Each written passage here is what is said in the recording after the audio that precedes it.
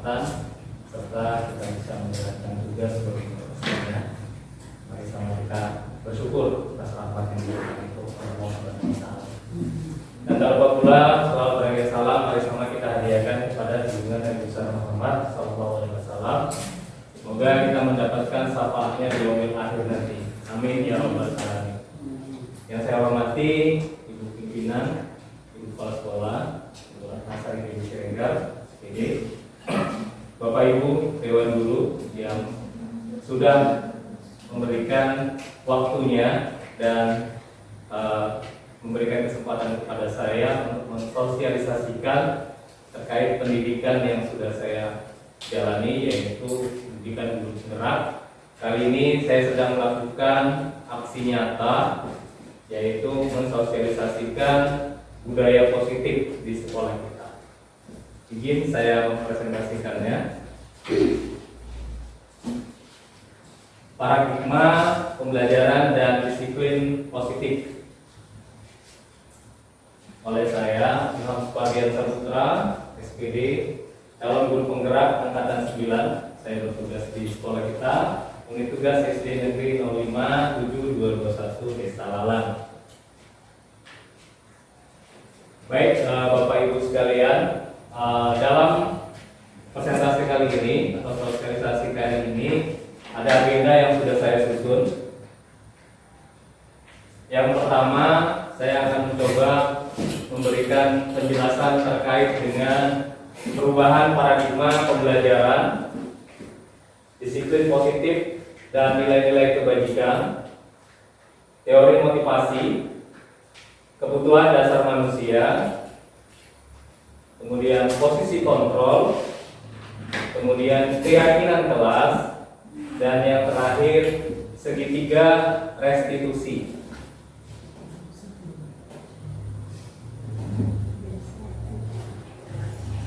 Pertama, perubahan paradigma teori stimulus respon ke kontrol.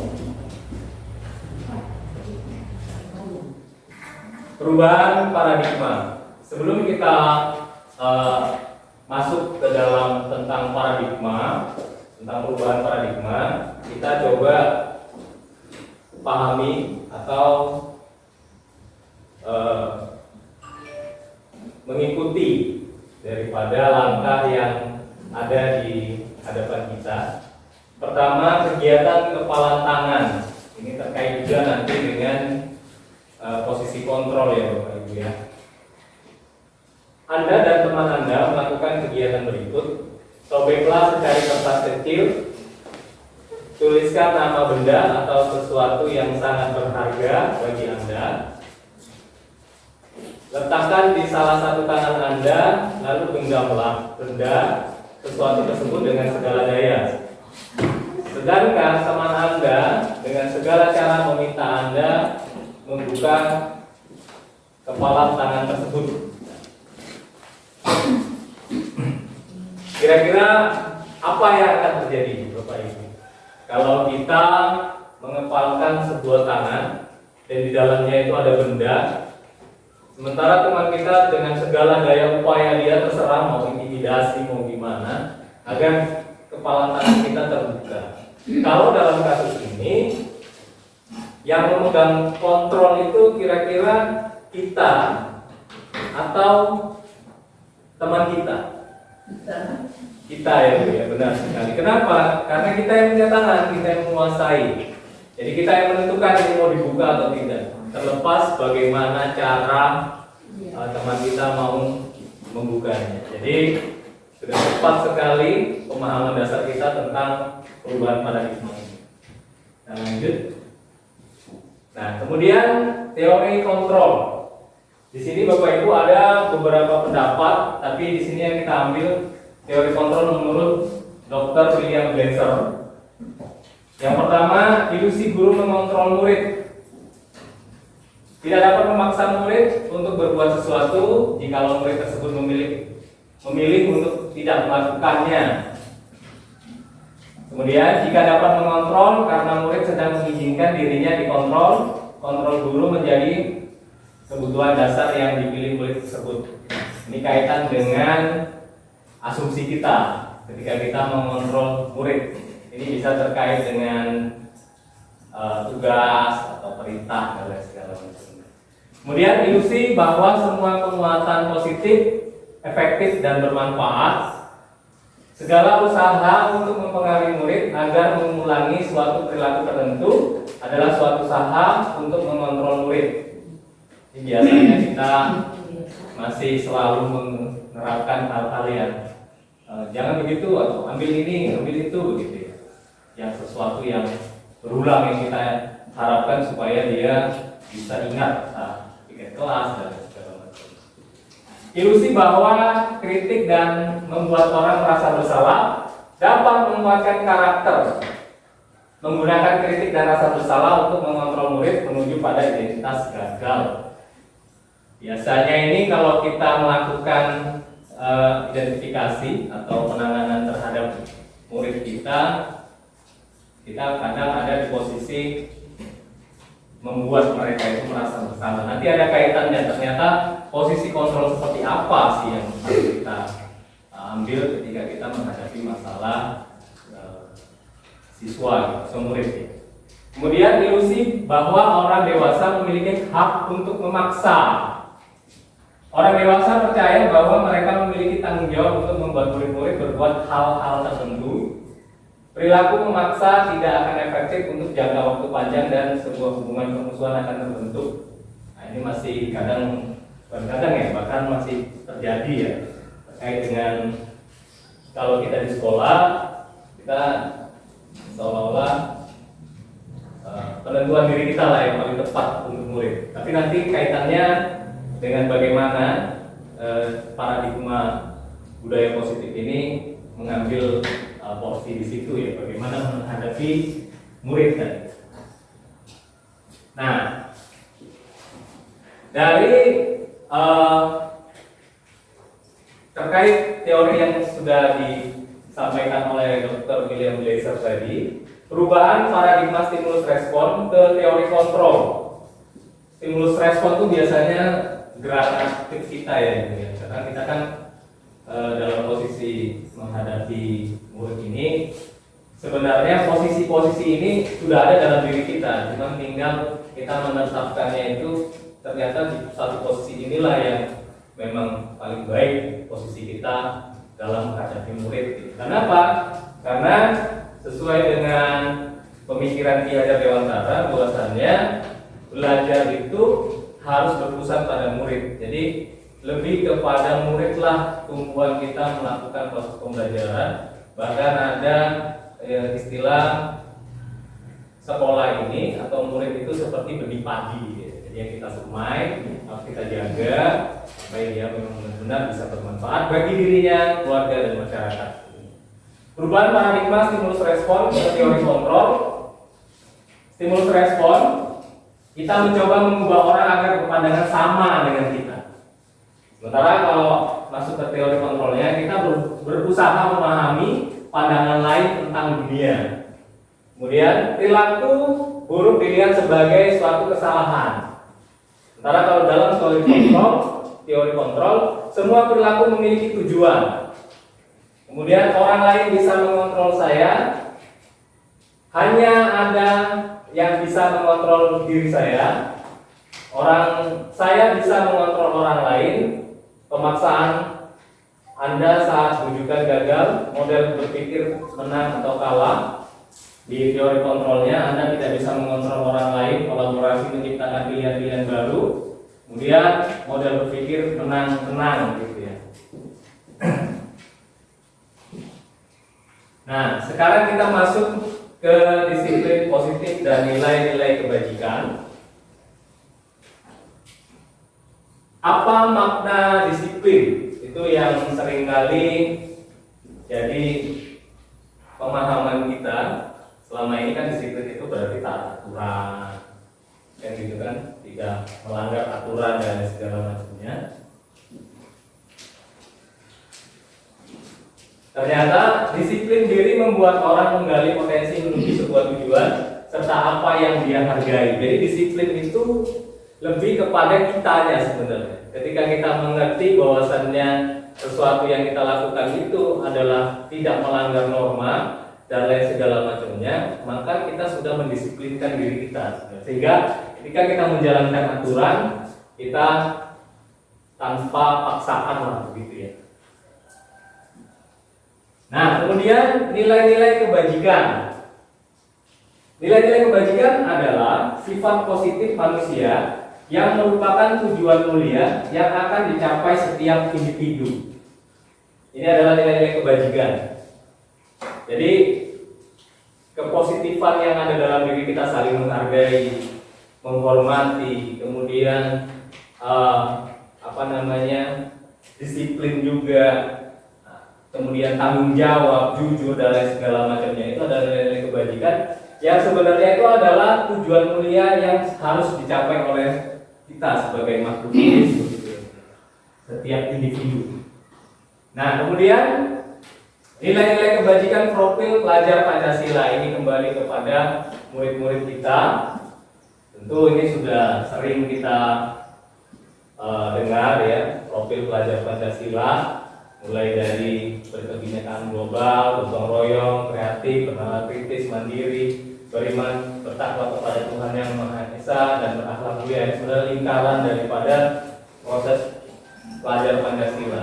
Ini terkait dengan diskusi kita sebelumnya tentang visi ya. Ada kita mengejawantahkan profil pelajar Pancasila di visi kita. Supaya apa? Supaya tujuan dari proses pembelajaran kita memang benar-benar membentuk profil pelajar Pancasila itu sendiri.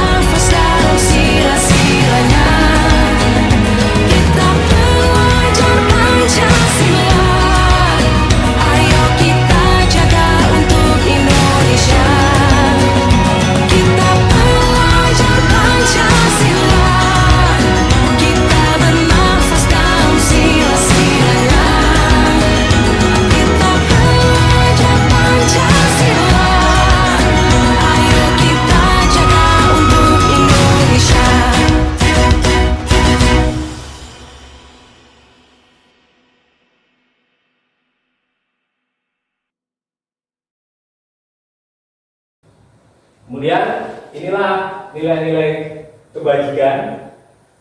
Sebenarnya kalau secara yang kita pahami tentu nilainya lebih luas dari ini, tapi inilah contoh-contoh yang ada yang memang harus dimiliki. Jadi karena kita sebagai seorang pendidik, tentu ini kita yang memiliki dulu, baru kita berupaya bagaimana caranya supaya nilai-nilai kebajikan ini juga muncul dan ada di dalam diri murid-murid kita. Kemudian teori motivasi, hukuman dan konsekuensi. Nah, ini seringkali kita menganggapnya sama, padahal sebenarnya ada perbedaannya. 3 motivasi perilaku manusia. Pertama, untuk menghindari ketidaknyamanan atau hukuman, untuk mendapatkan imbalan atau penghargaan dari orang lain, untuk menghargai diri sendiri. Ini terkait motivasi seseorang. Murid ya, kita terkait dengan murid. Terkadang murid itu melakukan sesuatu itu karena 3 hal ini. Yang pertama, daripada dihukum, saya kerjain aja lah. Kemudian, oh nanti kalau dikerjain atau aku bisa dapat hadiah begitu. Embarrassment, reward. Ya. Kemudian untuk menghargai diri sendiri. Nanti terkait dengan 3 motivasi ini itu ada motivasi yang diarahkan lebih yang mana gitu supaya murid tadi bisa berkembang dengan baik. Nah, untuk menghindari ketidaknyamanan atau hukuman ini sifatnya eksternal, yang kedua juga eksternal, yang di dalam inilah internal. Nah, inilah yang kita timbulkan supaya murid-murid kita ini melakukan sesuatu memang karena dia mengerti bahwasannya itu kebutuhan dalam diri dia untuk belajar dan kebutuhan dalam diri dia untuk mengetahui sebuah pengetahuan yang nantinya akan berguna bagi dia. Begitu.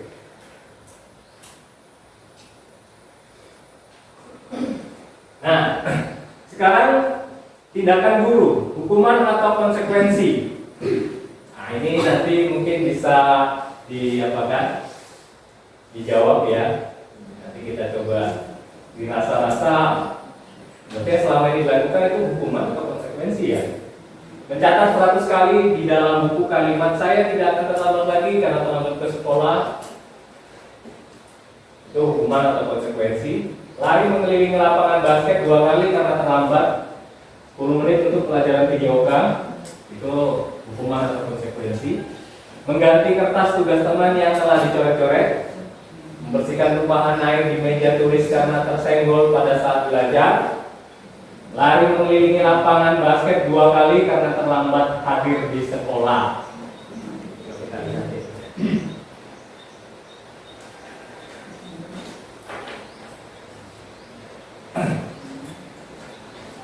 Hukuman itu bisa sifatnya spontan. Jadi begitu ada kesalahan langsung kita hukuman ya. Kalau dia konsekuensi itu sudah memang disepakati.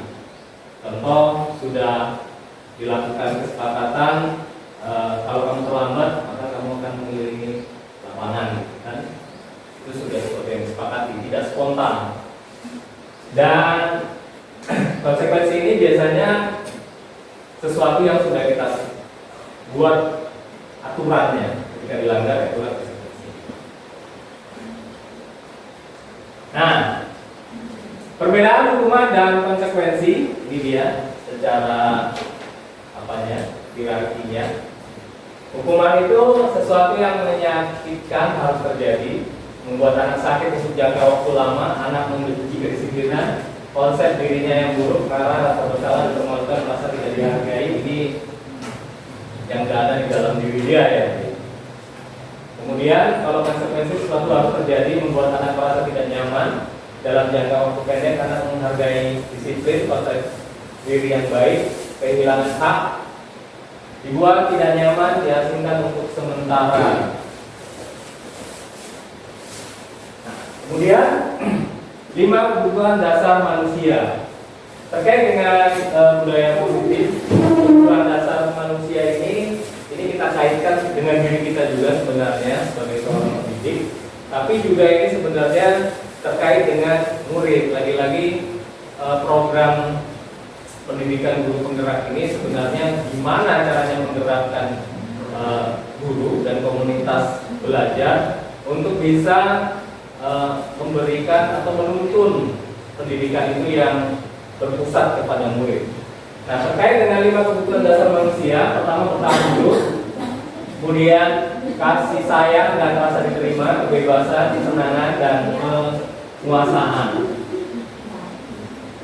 5 kebutuhan dasar manusia menurut Dr. William Glasser dalam choice teorinya: kebutuhan bertahan hidup, kebutuhan yang bersifat fisiologis untuk bertahan hidup, misalnya kesehatan, rumah dan makan; kasih sayang dan rasa diterima, kebutuhan untuk diterima, kebutuhan untuk disayangi dan diterima meliputi kebutuhan akan hubungan dan koneksi sosial, kebutuhan untuk memberi dan menerima kasih sayang, dan kebutuhan untuk merasa menjadi bagian dari suatu kelompok. Kebutuhan ini juga meliputi keinginan untuk tetap terhubung dengan orang lain seperti teman, keluarga, pasangan hidup, teman kerja, binatang peliharaan, dan kelompok di mana kita tergabung. Kebutuhan penguasaan, kebutuhan ini berhubungan dengan kekuatan untuk mencapai sesuatu menjadi kompeten, menjadi terampil, diakui atas presentasi, atas prestasi, dan keterampilan kita dengarkan dan memiliki rasa harga diri. Kebebasan, kebutuhan untuk bebas adalah kebutuhan akan kemandirian, otonomi, memiliki pilihan dan mampu mengendalikan arah hidup seorang. Kebutuhan kesenangan, kebutuhan akan kesenangan adalah kebutuhan untuk mencari kesenangan, bermain dan tertawa. Ini adalah kebutuhan dasar murid dan kita juga sebenarnya sebagai manusia. Contohnya, kita nanti harus mampu mengidentifikasi kebutuhan dasar apa yang sudah dimiliki oleh siswa kita, murid kita, dan kebutuhan dasar apa yang belum. Contoh, saya bisa bermain bola, maka mungkin itu masih dalam kebutuhan kasih sayang dan rasa diterima, mungkin masih bisa masuk ke situ karena dia masih dalam tahap saya yang bisa. Tapi kalau dia sudah mahir, mungkin dia bisa di penguasaan. Nah, di situ lagi. Itu contoh-contoh kecilnya. Dalam pembelajaran juga begitu. Nah, inilah dia yang sebenarnya dalam pemahaman budaya positif kita tentang 5 posisi kontrol dulu terkait nanti posisi kita di mana.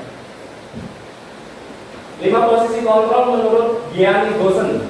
Pertama, penghukum, kemudian pembuat rasa bersalah, teman, pemantau, dan manajer. Jadi kita berada di mana? Sebenarnya kalau saya sebagai seorang guru dan Bapak Ibu juga sebenarnya pasti kita sebenarnya sudah berada di 5 ini sebenarnya. Cuman konsistensi kita menerapkan di posisi yang mana. Seringkali kita menghadapi murid itu langsung kita ada kesalahan murid, langsung kita bilang lari lapangan atau cuci WC atau gimana, langsung begitu ya. Itu ternyata bisa masuk ke dalam penghukum karena dia spontan langsung. Kemudian membuat rasa bersalah. Kamu kenapa melakukan ini? Kamu nggak kasihan ya sama ibu? Udah capek aja begini, kamu masih ribut. Itu kan merasa bersalah ya. Posisi ini juga ternyata sebenarnya ada ingatan-ingatan juga nanti yang membekas dalam anak. Kemudian teman. Sebenarnya posisi teman ini terlihat ideal, tapi sesekali atau nanti malah bisa membuat ada hal-hal yang di luar normatif itu yang dilakukan oleh murid. Ya, tentu karena dia menganggap kita ini temannya, kadang-kadang nanti ada kebablasannya lah. Gitu. Kemudian pemantau ini seyogianya ideal, tapi pemantau ini kita harus mampu menyiapkan diri kita dalam kondisi pengawasan yang bisa kita jangkau peserta didik itu ya, atau murid itu.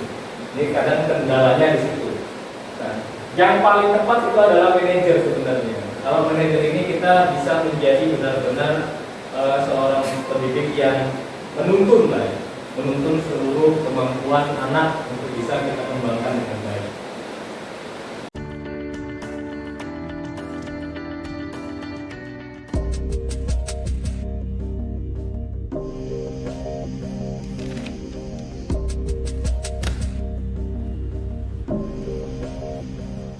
Naren, sini kamu. kamu? Selamat pagi, Bu.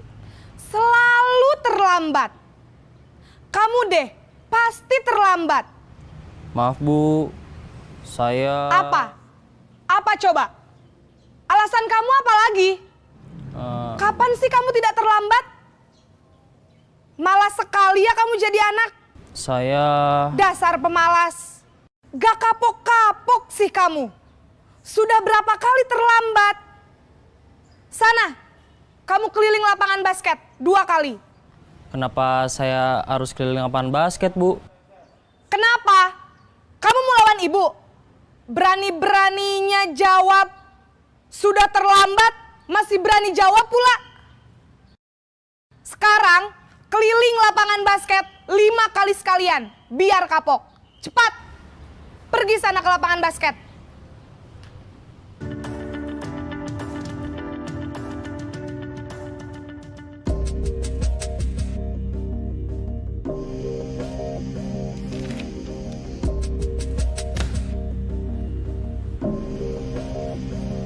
Naren!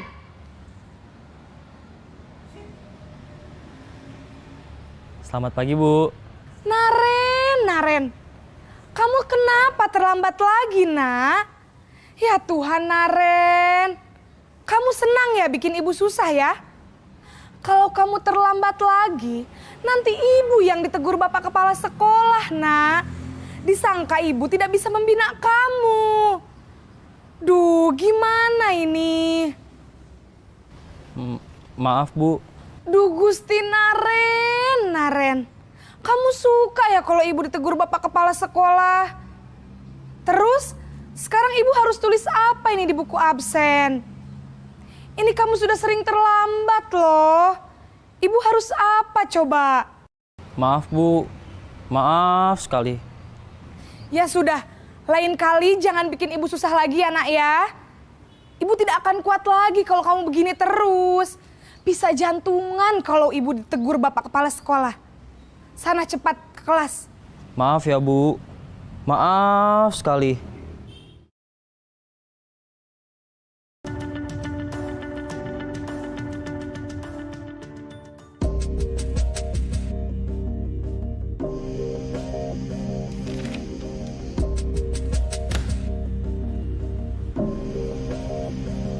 Naren!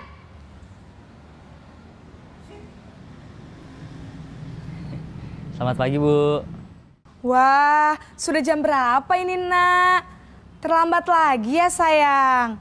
Iya, Bu. Habis ibu saya lupa bangunkan saya, Bu. Kamu malah menyalahkan ibu kamu. Kamu bukannya anak yang larinya paling kenceng. Kok terlambat sih? Iya, Bu. Saya memang terlambat bangun tadi. Jadi, biarpun saya lari kencang, tetap gak kekejar, Bu. Ya sudah sana, nanti lain kali larinya lebih kenceng lagi ya. Biar gak terlambat lagi. Bikin seneng ibu, demi ibu. Bisa kan? Bisa lah, Bu. Ya sudah sana masuk kelas. Ibu beresin urusan absen kamu. Kamu ini ada-ada saja.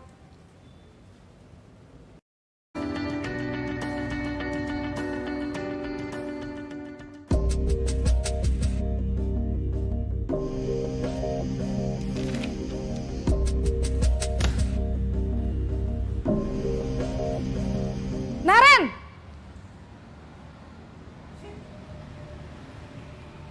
Selamat pagi, Bu.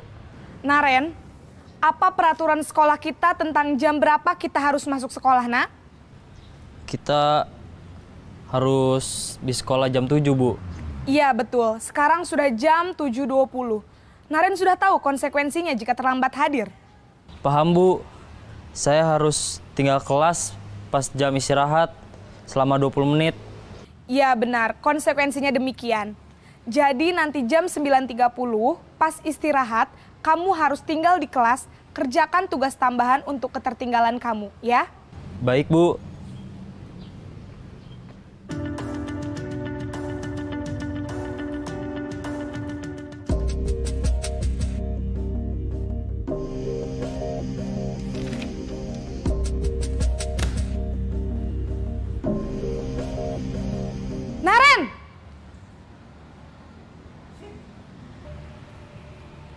Selamat pagi, Bu. Selamat pagi, Naren. Maaf, Bu. Saya terlambat. Iya, sekolah masuknya jam 7, sekarang sudah jam 7.20. Jadi sekarang bagaimana ini, Naren? Maaf, Bu. Saya lupa setel alarm saya semalam. Baiklah, menurut kamu, keyakinan sekolah yang mana yang perlu kamu tingkatkan? Menghargai diri sendiri dan orang lain mungkin ya, Bu. Setuju. Jadi, apakah Naren meyakini prinsip saling menghormati tersebut? Iya, Bu. Saya meyakininya. Apakah Naren bersedia memperbaiki masalah keterlambatan ini? Bersedia, Bu. Bagaimana kamu akan perbaiki masalah keterlambatan ini? Saya akan coba untuk tidak lupa menyetel alarm saya, Bu. Baik, kalau Naren lupa menyetel alarm di rumah, ada orang yang kira-kira bisa bantu mengingatkan tidak? Ada, Bu. Kakak saya, Kak Ema. Ada lagi selain Kak Ema? Selain Kak Ema, ada ibu saya. Baik, jadi yang mengingatkan Naren adalah Kak Ema dan ibu kamu ya? Kira-kira akan mulai setel alarm kapan nih, Naren? Setelah pulang sekolah, akan segera saya lakukan. Baik, jadi Naren akan setel alarm untuk bangun besok pagi dan akan diingatkan oleh kakak dan ibunda Naren ya. Ada lagi yang mungkin perlu dilakukan, Naren? Agar tidak terlambat bangun lagi. Tidak ada, Bu. Baik, Naren. Terima kasih untuk kerjasama kamu. Sekarang kamu perlu kembali ke kelas untuk belajar. Baik, Bu. Terima kasih. Nah, pertanyaan. Kemudian siapa yang mengatakan, saya kecewa sekali dengan kamu. Ini mungkin nanti terkait dengan posisi kontrol juga ini ya. Kamu tidak pernah benar melakukannya, ayolah lakukan demi ibu dan bapak. Apakah kamu mau mendapatkan stiker bintang hari ini? Bagaimana kamu bisa menyelesaikan masalah ini? Kamu selalu yang paling terakhir. Ini kata-kata yang kalau kita narasikan ke murid, ternyata kalau kita mengatakannya di atas, kita berada di posisi kontrol, membuat siswa atau membuat murid itu merasa bersalah. Kalau kita mengatakan kata-kata yang berikutnya, berarti penghukum, kemudian teman, pemantau, manajer, dan penghukum kembali yang terakhir. Jadi, sesering apa kita berada di dalam konteks kata-kata ini? Kemudian keyakinan kelas. Keyakinan kelas ini berasal dari peraturan kelas sebenarnya. Dan saya yakin kita semua sudah pernah dan bahkan sudah membuatnya. Tapi kita belum meningkatkannya itu menjadi keyakinan kelas. Kenapa? Karena terkait dengan keyakinan kelas, kita harus menggunakan kata-kata positif yang memang benar-benar keyakinan kelas itu menjadi keyakinan bersama di dalam satu kelas itu. Supaya apa? Ketika dia sudah menjadi peraturan kelas dan naik menjadi keyakinan kelas, kemudian menjadi lingkungan positif, maka timbullah budaya positif itu tadi.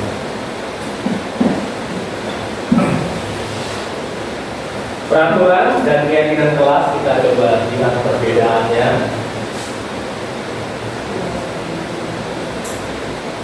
Jadi kalau keyakinan kelas itu jabarannya lebih luas dan ini sebenarnya lebih kepada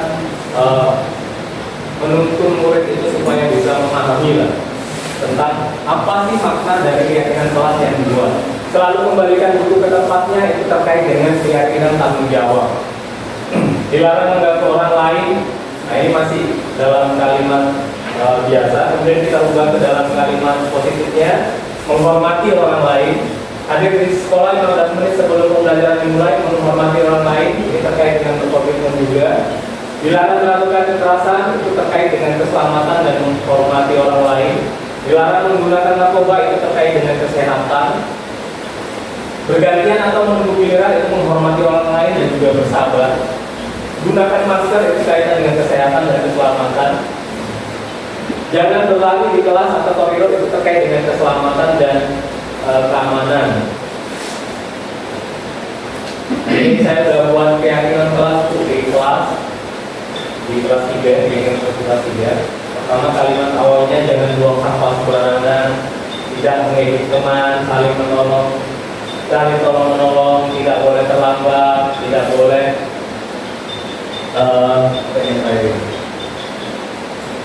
tidak boleh tidak rapi ya, ada lanjutannya.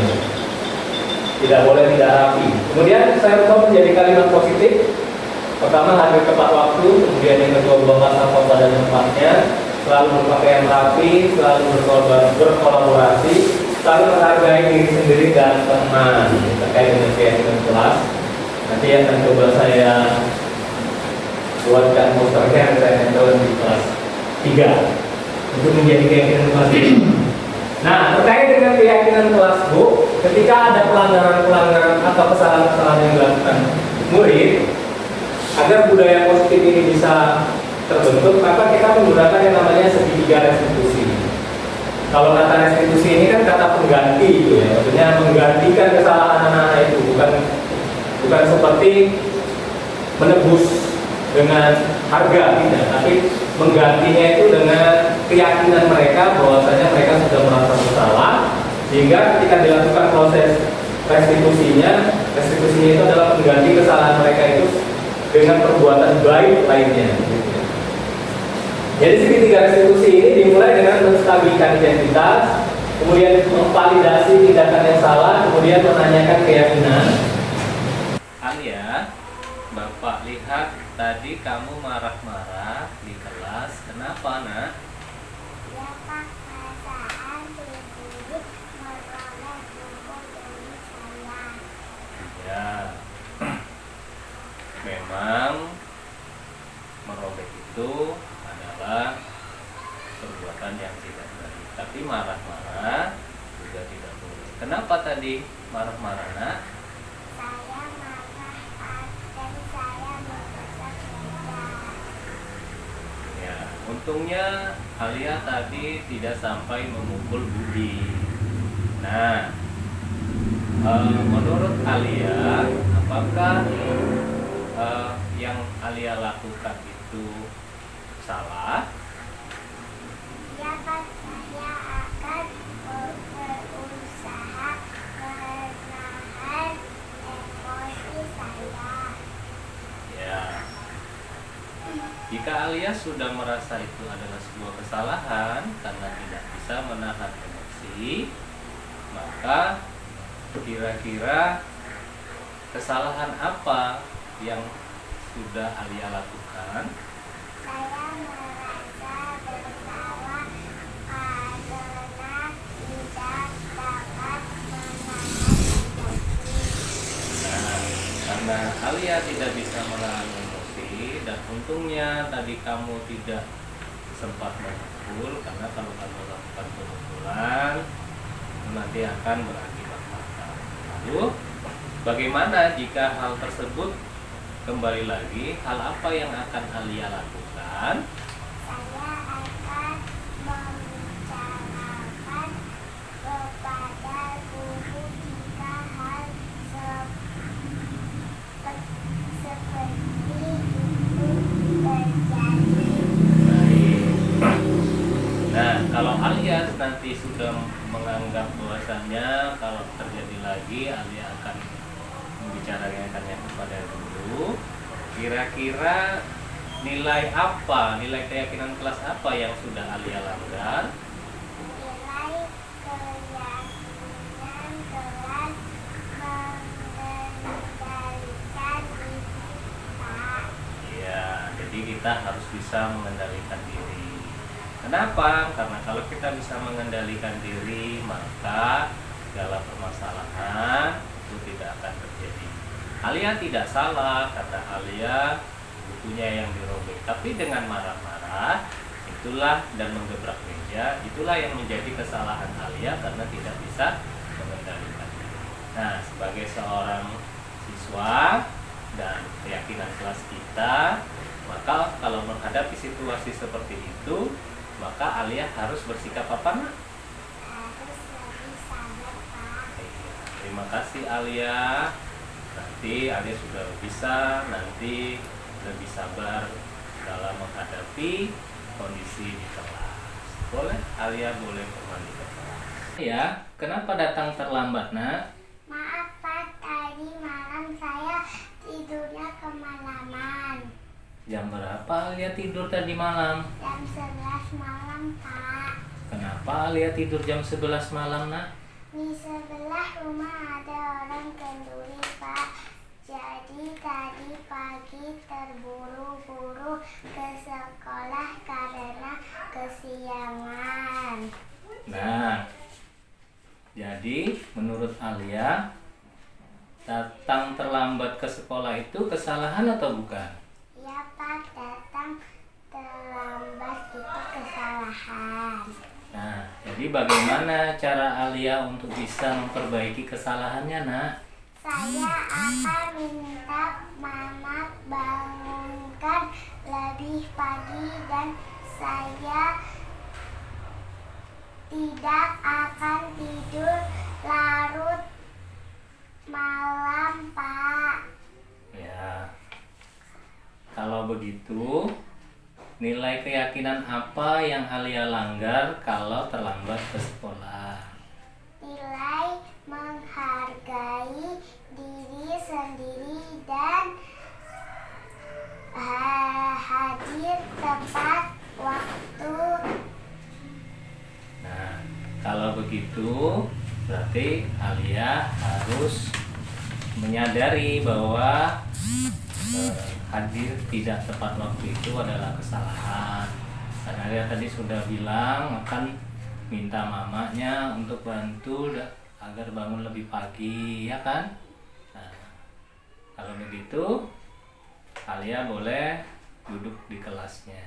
Baik, Pak. Dilihat segitiga restitusi.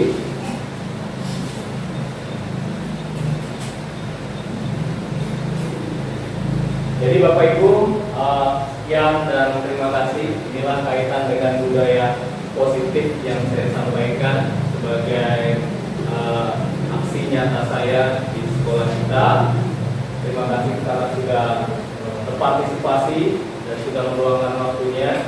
Jadi ada poin-poin penting yang sudah disampaikan terkait dengan kebutuhan dasar manusia, kemudian posisi kontrol kita sebagai seorang guru, kan gitu kan, kemudian tentang penanganan terkait dengan masalah-masalah yang ada di sekolah, terutama pasti berkaitan dengan murid, yaitu dengan pendekatan segitiga restitusi.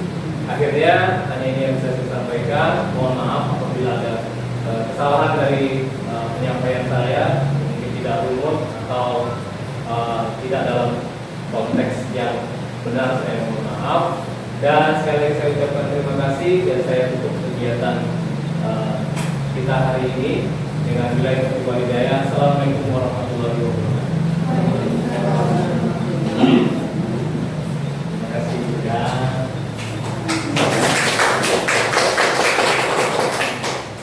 Assalamualaikum warahmatullahi wabarakatuh.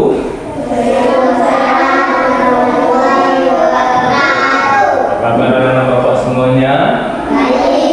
Sehat? Semangat? Bahagia? Nah, baik, itu yang penting ya. Kalau kita dalam keadaan yang semangat dan bahagia, kita akan bisa menjalankan aktivitas kita pada hari ini dengan baik. Nah, sebelum kita mulai pembelajaran kita, hari ini Bapak mau bawa kelas kita ya bersama anak Bapak untuk membuat keyakinan kelas.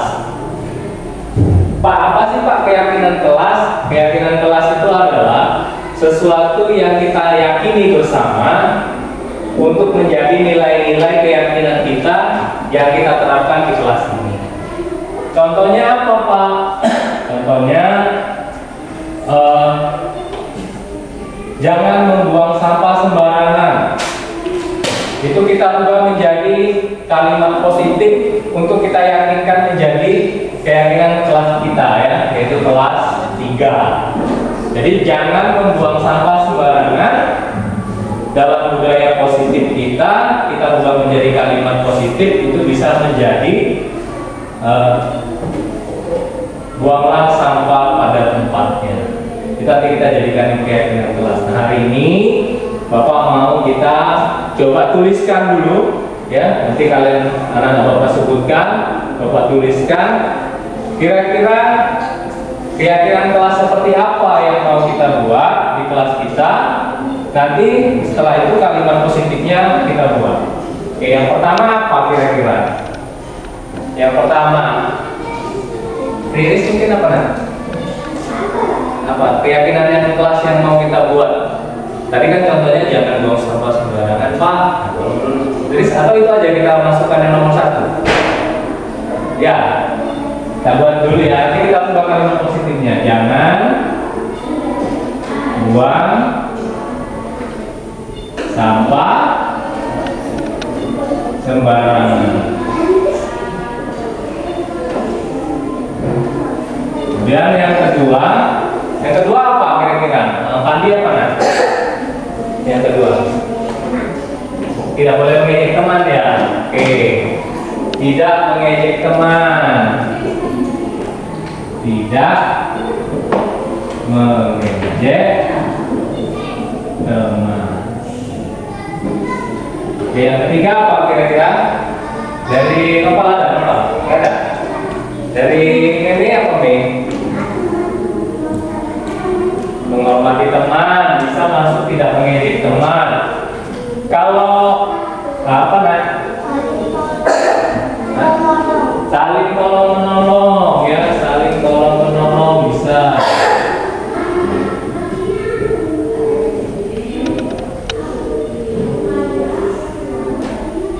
Yang keempat, kalau kita mau pergi ke sekolah kan harus apa nak? Tepat waktu, berarti tidak boleh terlambat, ya kan? Tidak boleh terlambat. Yang kelima apa?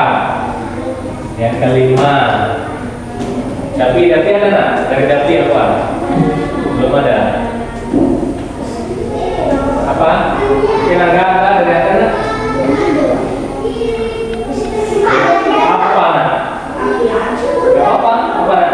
Berpakaian rapi, boleh nggak? Nah, ya kan? Tidak boleh tidak berpakaian rapi kan kalau pergi sekolah ya kan?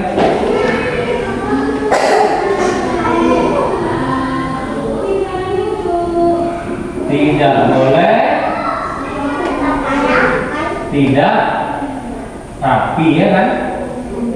Tidak boleh kalau nggak rapi. Tidak boleh tidak rapi. Oke, ini kan masih kalimat kita ya, kalimat kita. Nah sekarang supaya 5 keyakinan kelas di kelas kita ini bisa mudah kita ingat dan bisa dengan senang hati kita menjalankannya, maka keyakinan kelas kita ini kita ubah ke dalam kalimat positif. Kalau kalimat positif itu berarti kata-kata jangan, kata-kata tidak sudah kita tidak gunakan lagi, tapi sudah menjadi kalimat-kalimat positif yang bisa mudah kita ingat dan kita dengan senang hati menjalankannya sesuai dengan kebudayaan kita ya, yaitu tentang kesopanan dan lain segala macam. Nanti kita ubah menjadi kalimat positif. Ya. Nah, jangan buang sampah sembarangan. Kira-kira apakah yang jangan buang sampah sembarangan yang kita tahu di nomor 1 atau yang tidak boleh terlambat? Kira-kira yang mana? Apa yang tidak? Nah, yang mana yang nomor 1 yang kita jadikan nomor 1 tetap yang jangan buang sampah sembarangan atau tidak boleh terlambat? Tidak boleh terlambat ya. Berarti kalau tidak boleh terlambat itu kita ubah menjadi kalimat positif, maka kalimat positifnya sekarang berubah menjadi bukan boleh terlambat tapi hadir tepat. Iya. Nah, inilah dia keyakinan kelas yang sudah berbentuk kalimat positif. Terus Pak, kalau nanti kalau nggak hadir tepat waktu berarti melanggar keyakinan kelas, Pak. Iya. Terus Pak, apa dihukum? Nah, namanya bukan hukuman, tapi namanya adalah memberikan kamu pemahaman dan menyadarkan bahwa ke kamu ya, ke anak-anak Bapak bahwasanya kalau hadir tidak tepat waktu itu adalah sebuah kesalahan. Jadi kalau hadir tidak tepat waktu adalah sebuah kesalahan, maka tidak langsung diberikan, oh kamu terlambat kali-kali lapangan 10 kali nggak begitu. Tapi harus ditanya dulu kenapa. Karena kita sudah membuat yang namanya keyakinan kelas yang pertama, yaitu hadir tepat waktu. Ini harus diingat sama anak Bapak dan diyakini bahwasannya kelas 3 sudah punya keyakinan kelas, yaitu hadir tepat waktu. Sehingga kalau terlambat, tentu ada perasaan di dalam diri kamu, aku nggak boleh terlambat ini. Kalau terlambat, maka aku akan dimintai keterangan oleh sama Pak Guru, sama Pak Ilham. Kenapa terlambatnya? Kok bisa terlambat? Keyakinan kelas apa yang dilanggar? Bagaimana cara kamu memperbaiki kesalahan kamu? Nah, nanti begitu proses penanganannya, bukan kutip sampah, cuci WC, nggak begitu teknisnya. Tapi dalam konteks-konteks tertentu, keyakinan kelas ini harus melekat sama kita. Nah, setelah hadir tepat waktu, barulah bisa kita coba masukkan yang kedua, ya kan? Jangan buang sampah sembarangan. Jangan buang sampah sembarangan. Kalimat positifnya bisa kita buat menjadi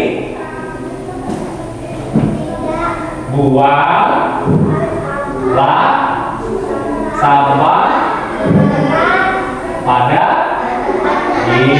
pada tempatnya. Nah, berarti setelah ini menjadi keyakinan kelas kita, tidak boleh lagi lah ada sampah di dalam lacinya. Kenapa? Itu bukan tempat sampah, ya kan? Nah, nanti setelah ini, setelah kegiatan kita ini, setelah kita meyakini keyakinan kelas kita ini, sampah itu harus dibuang di tempatnya. Di mana? Tempat sampah. Ya, ya kan Bapak ya? Berarti yang nomor 3. Yang nomor 3 kita bisa ambil yang nomor 5, yaitu selalu berpakaian pakaian rapi. Kalau pakaian rapi berarti nanti kalau habis jam olahraga ya harus merapikan dirinya lagi. Nanti habis istirahat kalau bajunya keluar dirapikan lagi, ya kan? Nanti kalau pas masuk kelas sepatunya disusun yang rapi, ya itu namanya kerapian itu, ya bukunya juga begitu, termasuklah susunan kelas kita, duduknya dan lain sebagainya, gitu ya. Kemudian yang nomor 4, nah yang nomor 4 bisa kita masukkan ke saling tolong menolong. Nah, saling tolong menolong ini bisa kita buat kalimat positifnya, yaitu selalu berkolaborasi. Ini bahasa Indonesia yang tepat. Berkolaborasi itu apa? Namanya nanti temannya ada kesulitan belajar, kamu bisa bantu. Ya, ada nanti temannya butuh bantuan, kamu bisa bantu. Berkolaborasi dalam segala hal. Bisa namanya waktu kita buat apa nak? Yang buat bendera itu kan, kamu juga termasuk bagian berkolaborasi. Terus membersihkan kelas itu juga bagian daripada berkolaborasi, ya kan? Untuk menghilangkan sampah, membuat suasana kelas kita bagus, ya kan? Kemudian nomor 5. Nah, yang nomor 5 kita bisa masukkan ke tidak mengejek teman. Tidak mengejek teman ini berarti kita bisa masukkan ke saling menghargai diri sendiri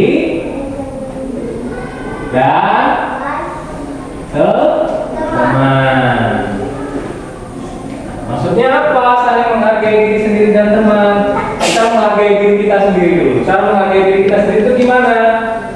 Tidak datang terlambat, ya kan? Berarti bahasanya hadir tepat waktu. Kemudian kita membuang sampah pada tempatnya, berpakaian rapi, mau berkolaborasi, berkeroyok, ya, membantu teman.